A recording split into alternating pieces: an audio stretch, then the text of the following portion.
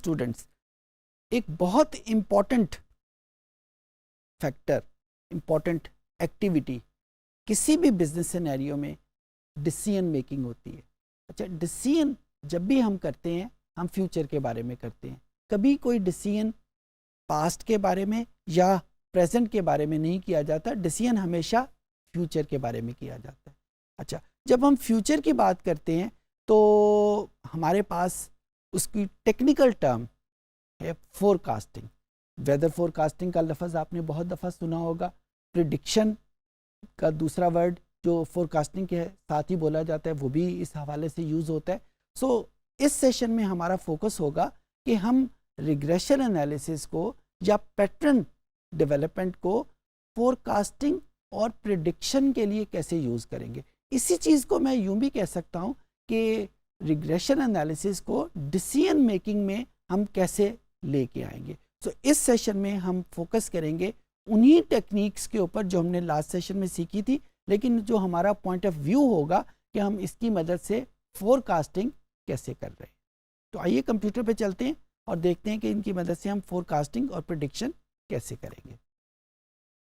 जी students, तो अब हम इस एक्सेल की मदद से डिसीजन मेकिंग करते हैं कि हम इसको कैसे यूज़ करेंगे।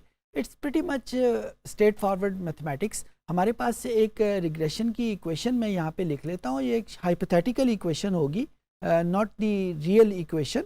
हम यहाँ पे इक्वेशन लिख लेते हैं 34x प्लस 78। अब इस इक्वेशन में अगर मैं देखूँ कि मेरे पास इंडिपेंडेंट वेरिएबल की वैल्यू 34 है और ये पॉजिटिव रिग्रेशन है और इसमें इंटरसेप्ट की वैल्यू जो है वो 78 है, तो it's pretty much straight forward. अब जब हम फोरकास्टिंग का वर्ड बोलते हैं या प्रिडिक्शन का वर्ड बोलते हैं तो टेक्निकली उसका मतलब ये होगा कि x की वैल्यू मैं प्रोवाइड करूंगा और मैं ये देखूंगा कि x की किसी एक वैल्यू के लिए y की वैल्यू क्या होगी। फॉर एग्जांपल यहाँ पे मैं ये देखना चाहता हूँ कि at x is equal to 1 is y की वैल्यू क्या होगी। तो मैं इसको करने का बड़ा आसान सा तरीका ये है कि इस इक्वेशन में जहाँ पे x की वैल्यू या x का वर्ड लिखा हुआ है उसको 1 लिख देंगे और बाकी हम इसको कैलकुलेट कर लेंगे। कैसे करेंगे?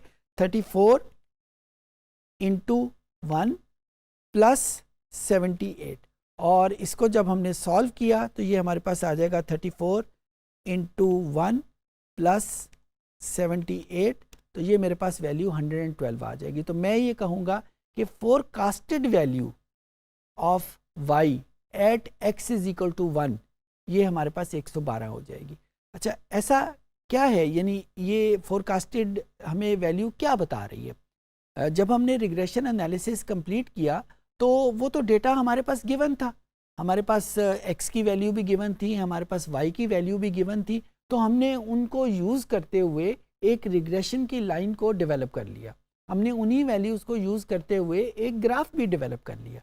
अब जब हम इस रिग्रेशन को, उस रिग्रेशन की लाइन को किसी फ्यूचर के लिए, उसी जैसे किसी फ्यूचर की वैल्यू के लिए प्रिडिक्ट करना चाहेंगे या फोरकास्ट करना चाहेंगे, तो यहाँ पे हमें ये जो अरिथमेटिक मैंने आपके सामने किया ये हेल्प करेगा। जो वैल्यूज़ हमारे सामने x और y की मौजूद हैं उनके लिए तो मुझे इस अरिथमेटिक की ज़रूरत नहीं है, लेकिन इस अरिथमेटिक की वैल्यू की मुझे कहाँ ज़रूरत पड़ेगी? जहाँ पे मेरे पास x की वैल्यू नहीं होगी।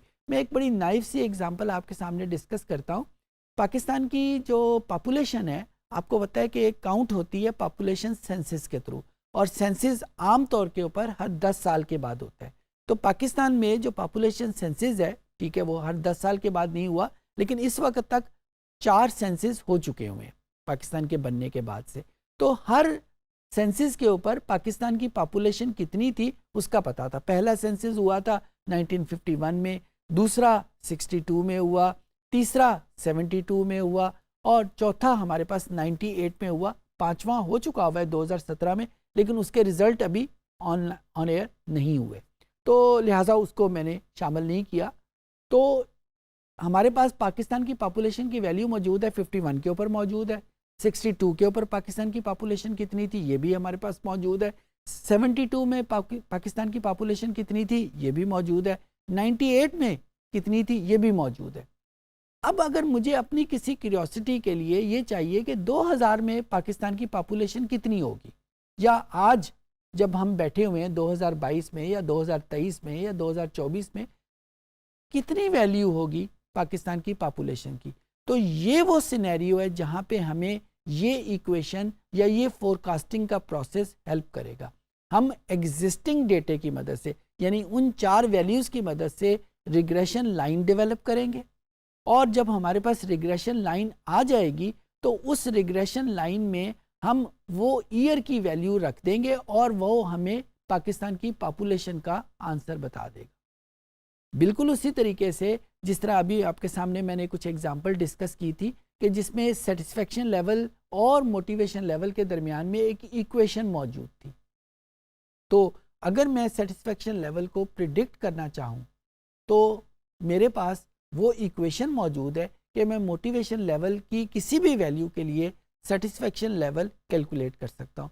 तो जहाँ पे मैं फोरकास्टिंग और प्रिडिक्शन का नाम लेता हूँ तो बेसिकली ये उस प्रोसेस का नाम है कि जिसमें हम उस रिग्रेशन लाइन को, उस रिग्रेशन की विजुअलाइजेशन को हम यूज़ करेंगे किसी और वैल्यू के लिए, किसी ऐसी वैल्यू के लिए जो कि हमारे पास डेटा में मौजूद नहीं है। क्योंकि जो वैल्यूज़ डेटा में मौजूद है उसके लिए तो मुझे किसी प्रोसेस की ज़रूरत नहीं, मेरे पास वैल्यूज़ मौजूद है।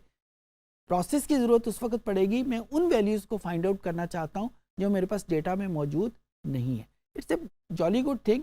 इसकी एक एग्जांपल मैं आपके सामने डिस्कस करना चाहता हूँ कि मार्केटिंग एनालिसिस में खासकर जब कोई प्रोडक्ट मार्केट में मौजूद है और उसका मैन्युफैक्चरर ये देखना चाहता है कि उसकी प्रोडक्ट का कौन सा फीचर लोगों में बहुत ज़्यादा पॉपुलर है, मार्केटिंग की टर्म में अगर बात करूं तो इसको हम कहते हैं ट्रैकर। तो ट्रैकर में आमतौर के ऊपर 3 पैरामीटर, यानी उस प्रोडक्ट की फील कैसी है, उस प्रोडक्ट की स्मेल कैसी है और उस प्रोडक्ट का जो टेस्ट वो कैसा है, तो इन 3 चीज़ों के ऊपर ट्रैकर जो है वो डेवलप होता है। इन 3 चीज़ों को इंडिपेंडेंट वेरिएबल बना के हम उस प्रोडक्ट की पॉपुलैरिटी को हम चेक करते हैं। तो प्रोडक्ट की पॉपुलैरिटी हमारे पास डिपेंडेंट वेरिएबल हो गई।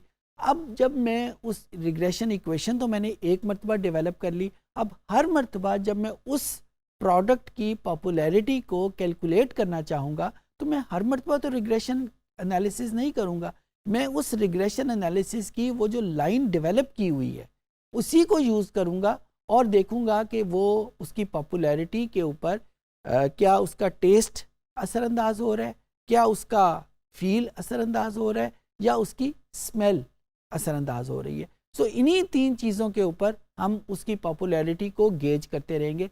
दूसरे मानों में मैं कहने का मतलब ये है कि ये रिग्रेशन लाइन एक ही मर्तबा डेवलप की जाती है और फिर उसकी रिग्रेशन लाइन को फ्यूचर पर्पसेस के लिए यूज़ किया जाता है। जब आप किसी बैंक में जाते हैं और कहते हैं कि मुझे कर्ज़ा चाहिए, तो बैंक वालों के लिए ये एक बड़ा इंपॉर्टेंट डिसीजन होता है कि मैं इस बंदे को कर्ज़ा दिया जाए या ना दिया जाए, क्या ये बंदा कर्ज़ा वापस करेगा, क्या ये कर्ज़ा वापस करने में कोई प्रॉब्लम शो करेगा। तो उन्होंने, बैंक वालों ने कुछ पैरामीटर्स इकट्ठे किए हुए हैं कि उन पैरामीटर्स के ऊपर उस रिस्पोंडेंट का, उस क्लाइंट का डेटा इकट्ठा करते हैं और उस डेटे को वो जो उन्होंने कहीं पहले एक रिग्रेशन लाइन डेवलप की हुई है उसमें वो फीड करते हैं और वो रिग्रेशन लाइन उनको by the end of the day ये बता देती है कि ये बंदा क्या डिफ़ॉल्ट करेगा या कर्ज़ा वापस कर देगा। तो रिग्रेशन लाइन एक ही मरतबा डेवलप होती है किसी भी डेटे की मदद से और फिर उसको हम फ्यूचर पर्पसेस के लिए उसी लाइन को यूज़ करते रहते हैं और बिल्कुल उसी तरीके से यूज़ करते हैं जिस तरह अभी मैंने आपके सामने रखा है। उम्मीद है कि आपको चीज़ों की समझ आ गई होगी। फोरकास्टिंग एंड प्रिडिक्शन किसी भी डिसीजन का बहुत इंपॉर्टेंट पार्ट होता है। इस सेशन में हमने फोकस किया कि रिग्रेशन के थ्रू हम फोरकास्टिंग और प्रिडिक्शन और डिसीजन कैसे डेवलप करेंगे। उम्मीद है कि चीज़ें आपको समझ आ गई होंगी।